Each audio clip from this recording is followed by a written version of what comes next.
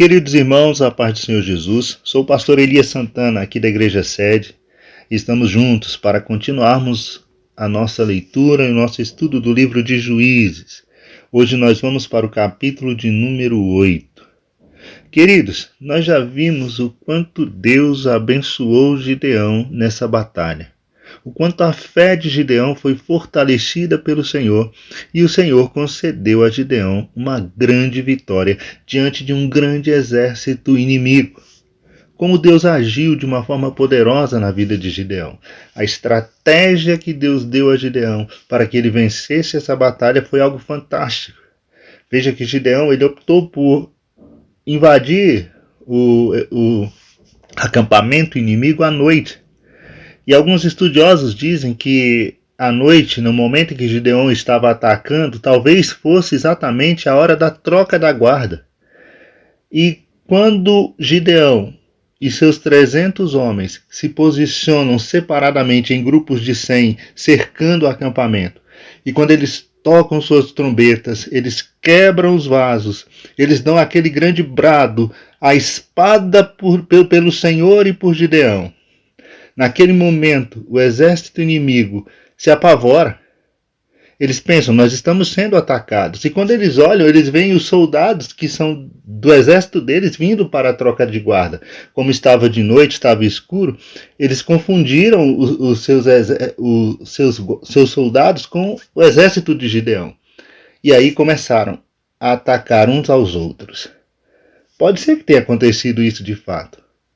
A verdade é que o Senhor deu essa vitória a Gideão.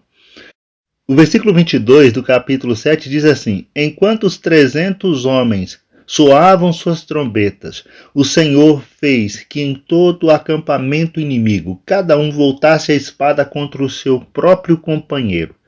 Todos fugiram apavorados. Veja o que Deus fez. Veja o que Deus realizou.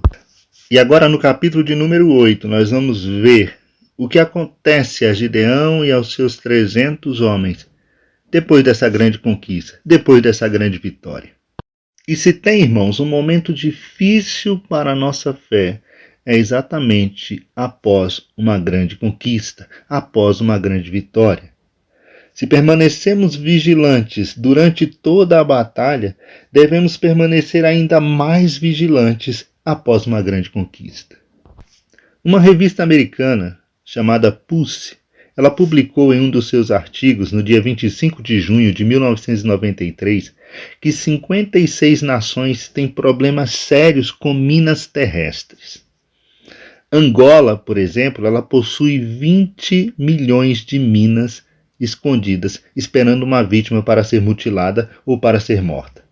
O Afeganistão, ele tem 10 milhões de minas. E o Camboja, para você ter uma ideia, lá tem 4 milhões de minas escondidas. 4 milhões e meio para ser mais preciso.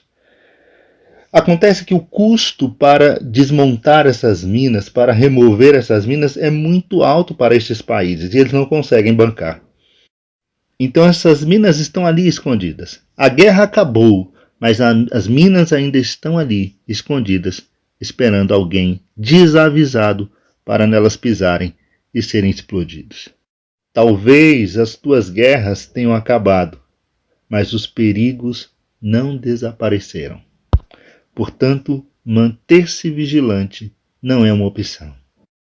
Queridos, a essa altura do nosso estudo sobre a vida de Gideão, nós já vimos as suas reações ao chamado de Deus para derrotar os inimigos. Vimos que de princípio Gideão ele estava cheio de perguntas, cheio de dúvidas, cheio de questionamentos, mas depois ele passou a crer.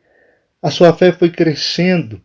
A sua fé nas promessas de Deus foi sendo cada dia mais fortalecida, até que ele conduziu seu exército à vitória. Agora, no capítulo de número 8, o relato ele vai se concentrar exatamente nas respostas que Gideão vai dar às várias pessoas depois de ter vencido a batalha. E vai mostrar como ele conseguiu lidar com situações difíceis após essa grande conquista. O capítulo 8 ele começa com uma conversa muito séria entre os da tribo de Efraim e Gideão. Observe que, após o exército inimigo ter sido desbaratado pelos 300 homens de Gideão, eles fugiram. Gideão então pediu ajuda aos da tribo de Efraim para perseguirem o exército inimigo, aqueles que haviam fugido. E a tribo de Efraim ela desceu com seu exército para ajudar a tribo de Manassés, ou seja, ajudar a tribo de Gideão nessa batalha. E foi a tribo de Efraim que capturou Oreb e Zeeb. Lembra dos dois reis de Midian que foram capturados e mortos? Oreb foi morto na rocha de Oreb e Zeeb no tanque de pisar uvas, lá na região de Zeeb. E agora os líderes da tribo de Efraim, eles chegam diante de Gideão e começam a questionar. Veja o versículo 1. E sucedeu que os homens da tribo de Efraim foram reclamar a Gideão. Que maneira é essa de agir para conosco? Tu não nos chamaste quando saíste a combater Midian? E admoestaram-no severamente. A tribo de Efraim, irmãos, era uma tribo muito grande. Eles só perdiam para a tribo de Judá em tamanho. E além disso, eles eram muito orgulhosos. E agora estavam se sentindo ofendidos porque Gideão não os chamou para vir guerrear, não os chamou para a batalha. Eles já haviam participado de outras guerras com outros juízes em Israel. Eles haviam ajudado a Eude na batalha de Eude, lá no capítulo 3, ajudaram Débora e Baraque, lá no capítulo 5. E agora, o agricultor Gideão, quando chamado para a batalha, não os convidou para juntos guerrearem. Mas por que uma tribo tão grande, tão imponente, tão poderosa, poderia se sentir ofendida pelo fato de um agricultor não os chamar para a batalha? É muito provável que essa tribo orgulhosa teria se enfurecido se Gideão tivesse dito aos homens medrosos da tribo de Efraim para que voltassem para casa.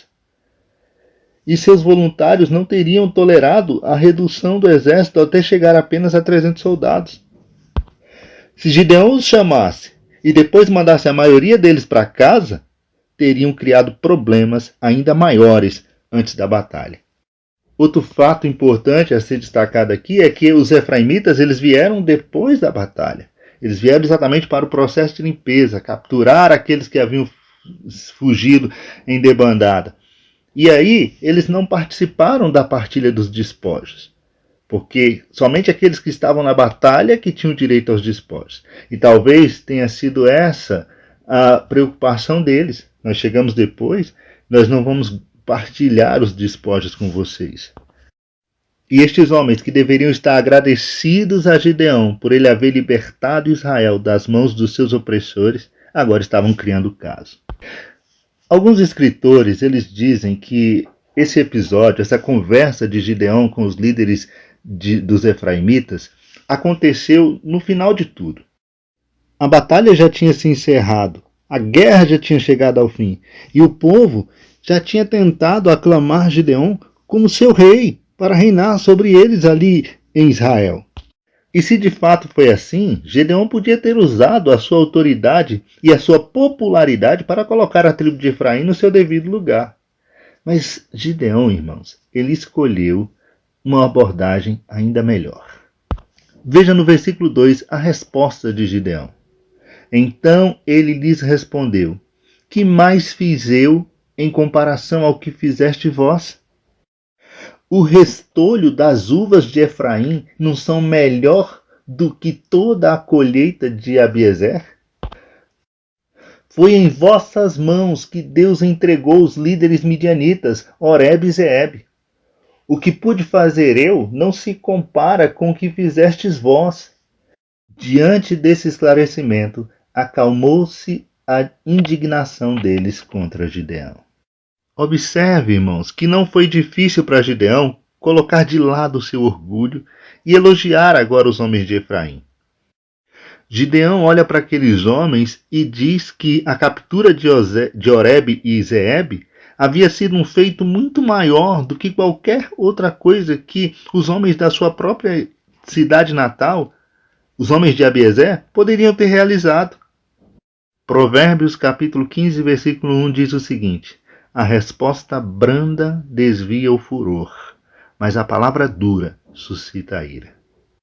Ainda, Provérbios 16:32 diz assim: melhor é o longânimo do que o herói da guerra, e o que domina o seu espírito do que o que toma uma cidade. Gideão provou, irmãos, que ele podia controlar não apenas um exército, mas também ele podia controlar o seu próprio temperamento e a sua língua.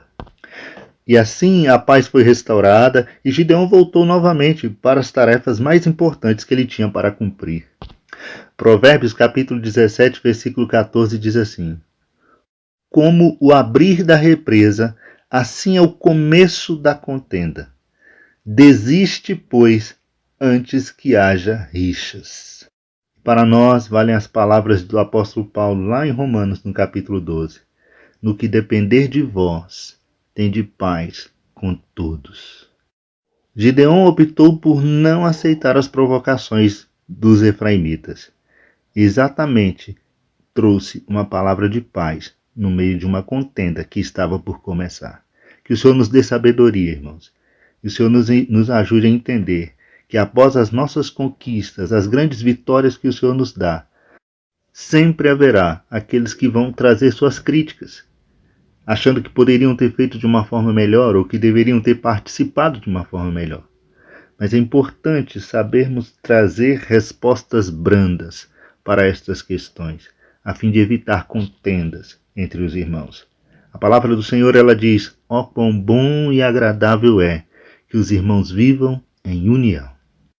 A partir do versículo de número 4, irmãos, aqui do capítulo 8, nós vamos perceber que Gideão e seus 300 homens estão perseguindo outros dois grandes líderes dos midianitas, Zeba e Zalmuna. E capturar esses dois grandes líderes e matá-los, isso faria com que o exército inimigo fosse ainda mais enfraquecido e subjugado. E nessa perseguição eles passam pelo Jordão e chegam a Sucote. Essa cidade ela ficava na região da tribo de Gade, e a esperança de Gideão era encontrar ali alguns alimentos para dar ao seu exército. Mas os homens de Sucote se recusaram a ajudar os seus próprios irmãos judeus. Observe que a tribo de Gade, a tribo de Ruben e metade da tribo de Manassés foram as que herdaram terras a leste do Jordão.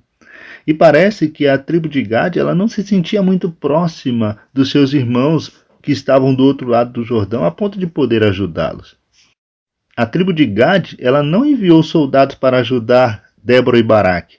E agora também não enviou soldados para ajudar Gideão.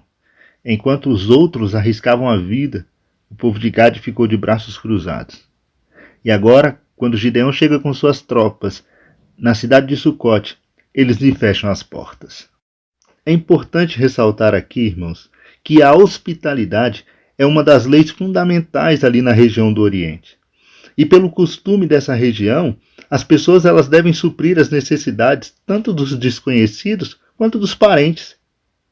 Se tinham que suprir dos desconhecidos, ainda mais dos parentes. A hospitalidade também era uma marca registrada da igreja primitiva. Naquela época não havia hotéis onde as pessoas pudessem se hospedar em tempos de perseguição. Muitos dos visitantes que estavam na casa dos irmãos eram fugitivos.